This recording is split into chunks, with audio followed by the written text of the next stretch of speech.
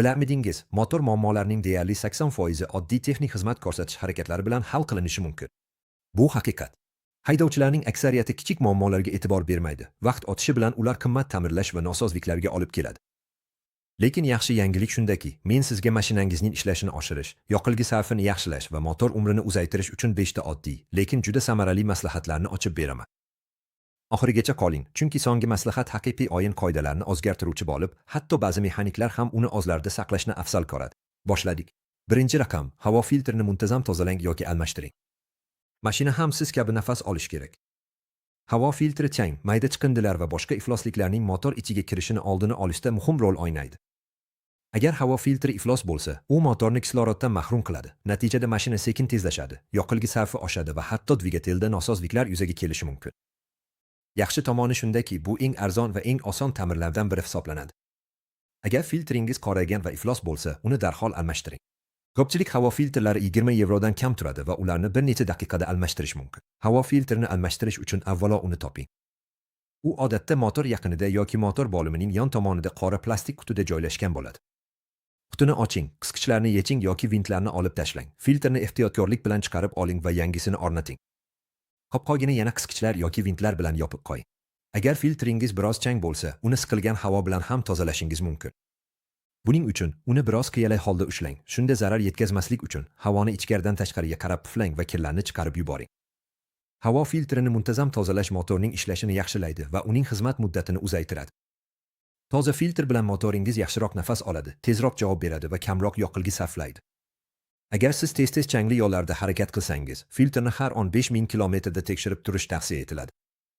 Ikkinchi raqam, motor moyini almashtirish.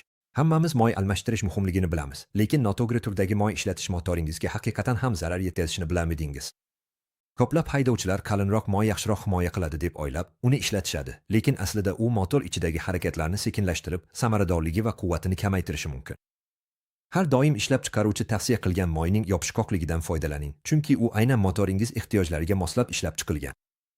Va mana bir professional maslahati, 100% sintetik moyni tanlang. Mineral moylardan farqli o'laroq, sintetik moylar har qanday haroratda yaxshi oqadi, loy qatlamlardan himoya qiladi va motor ichidagi ishqalanishni kamaytiradi. Bu esa motorni salqinroq va silliqroq ishlashiga yordam beradi. Moyni muntazam almashtirish motoringiz sog'lom bo'lishi uchun juda muhim. Ishlatilgan moy o'z samaradorligini yo'qotadi va motor qismlarining tezroq eskirishiga olib kelishi mumkin. Uchinchi raqam, injektor tozalagichdan foydalaning. Injektorlar yonish kamerasi ichiga aniq miqdorda yoqilg'i purkaydi, lekin vaqt o'tishi bilan ular karbon va boshqa iflosliklar bilan tiqilib qolishi mumkin. Bu holat yuz berganda yoqilg'i havoga to'g'ri aralashmaydi. Natijada noto'g'ri yonish, notekis ishlash, quvvat yo'qolishi va yoqilg'i sarfining oshishi yuzaga keladi. Lekin mana yaxshi yangilik, qimmat ta'mirlashga hojat yo'q.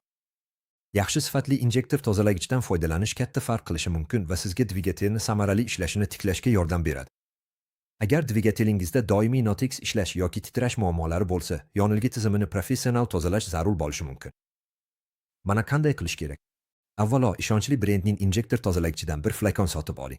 Ba'zi avtomobillarda mos qo'shimchalar bo'yicha maxsus tavsiyalar borligini yodda tuting.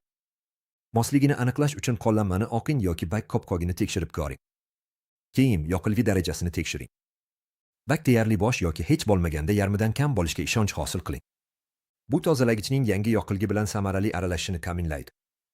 Bak qopqog'ini oching va butun flakonni quying. Aksariyat flakonlar 75 litrgacha yoqilg'ini tozalash uchun mo'ljallangan. Shuning uchun yorliqni tekshirib ko'ring. Shundan so'ng darhol avtomobilingiz uchun tavsiya etilgan yoqilg'i bilan to'ldiring.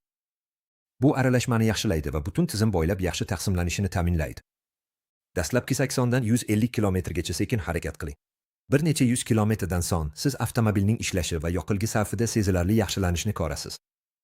Vaqt o'tishi bilan tozalagich uglerod qoldiqlarini yo'qotadi. Bu esa yoqilg'ining bir tekis purkalishini, yaxshiroq yonishni va tezlikka javob berishni ta'minlaydi. 4-qadam, Drossel korpusini tozalash yoki almashtirish. Drossel korpusi dvigatelga kiradigan havo miqdorini boshqaradi va to'g'ri havo yoqilg'i aralashmasini saqlashda muhim rol o'ynaydi. Vaqt o'tishi bilan u uglerod qoldiqlari, kir va yog' bilan qoplanishi mumkin. Bu esa havo oqimini cheklaydi va yonish kamerasi ichidagi aralashmani buzadi. Natijada noto'g'ri yonish yuzaga keladi.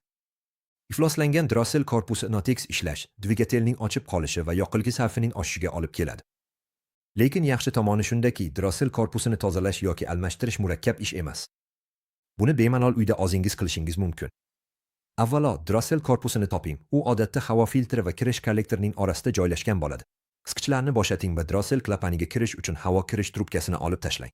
Shuningdek, Drossel korpusdagi barcha elektr ulagchilarni ham uzing. Uni olib tashlaganingizdan so'ng diqqat bilan tekshirib chiqing. Agar u iflos bo'lsa, maxsus tozalovchi spreyi bilan tozalang. Mahsulotni to'g'ridan to'g'ri Drossel klapani va ichki devorlarga purkating. Uglerod qoldiqlarini eritish uchun onoyin 5 soniya kuting. So'ngra mikrotolali mato bilan ajralgan qoldiqlarni artib oling. Agar qoldiqlar qolsa, yumshoq tupli tish cho'tkasi yoki naylon cho'tka bilan ehtiyotkorlik bilan artib chiqing. Barcha qismlarni qayta o'rnatishdan oldin Drossel korpusini havoda to'liq quritib oling. Havo kirish trubkasini qayta ulang va qisqichlarni mahkamlang. Hammasi to'g'ri yigilgandan so'ng, dvigatelni ishga tushiring va uni bir necha daqiqa bo'sh holatda ishlating. Bu dvigatel boshqaruv blokiga tozalangan Drossel korpusiga moslashish imkonini beradi. Agar tozalash natija bermasa, uni almashtirish haqida o'ylash kerak bo'ladi. Tozalashdan so'ng siz dvigatel ishlashida, yoqilg'i sarfida va tezlanishda darhol yaxshilanishni sezasiz. 5-qadam havo massasi olchagichini tozalash. Bilarmidingiz, iflos havo massasi olchagichi dvigatelingizni sust va sekin javob beradigan qilib qo'yishi mumkin. Bu kichik datchik dvigatelga kirayotgan havo miqdorini o'lchaydi va bu ma'lumotni dvigatel boshqaruv blokiga uzatadi. U esa havo yoqilg'i aralashmasini moslashtirish uchun foydalanadi. Lekin vaqt o'tishi bilan bu datchik chang va kir bilan qoplanadi. Natijada boshqaruv blokiga noto'g'ri ma'lumot yuboriladi va bu yomon yonishga olib keladi. Natija: sekin tezlanish, notekis ishlash va yoqilg'i sarfining oshishi. Biroq yechim juda oddiy. Shunchaki maxsus havo massasi olchagichini tozalovchi spreydan foydalanish kifoya. Mana qanday qilish kerak? Dvigatelni o'chirib, uni sovishini kuting. Hisoblash qurilmasida muammo bo'lmasligi uchun akkumulyatorning manfiy qutbini uzing. Keyin havo massasi olchagichini toping. U odatda havo filtri korpusi va gaz klapanining o'rtasidagi havo kirish quvurida joylashgan bo'ladi. Debitorning elektr ulagichini ajrating. Uni ehtiyotkorlik bilan chiqarib oling va toza, quruq yuzaga qo'ying. Datchikni tik holda ushlab, mahsulotni to'g'ridan to'g'ri datchikning sezgir qismlariga purkang. 15 marta qisqa purkashni amalga oshiring. Keyin mahsulotning to'liq buglanib ketishini kuting. Hech qachon siqilgan havo, paxta tayoqchasi yoki mato ishlatmang, chunki ular datchik ichidagi nozik qismlarga zarar yetkazishi mumkin. Datchik butunlay qurigandan so'ng, uni yana havo kirish quvuriga joylashtiring va vintlar yoki halqa bilan mahkamlang. Akkumulyatorning manfiy qismini yana ulang. Bu kichik hiyla motorni darhol jonlantirishi, tezlikka javobini yaxshilashi va tortinishlarni yo'qotishi mumkin. Ko'pchilik odamlar hech qachon olchagichni tozalashmaydi, lekin ishonchim komil, keyingi safar gaz pedalini bosganingizda farqni sezishingiz aniq. Mana shu oddiy bosqichlarni bajaring va motoringiz yanada silliq ishlaydi, ko'proq quvvat beradi va ancha uzoq xizmat qiladi. Izohlarda sizga eng ko'p yordam bergan filani bo'lishing. Agar o'zingizning parvarish bo'yicha sirlaringiz bo'lsa, ularni ham bemalol ulashing. Ehtiyotkorlik bilan haydang va motoringizga gamxo'rlik qiling.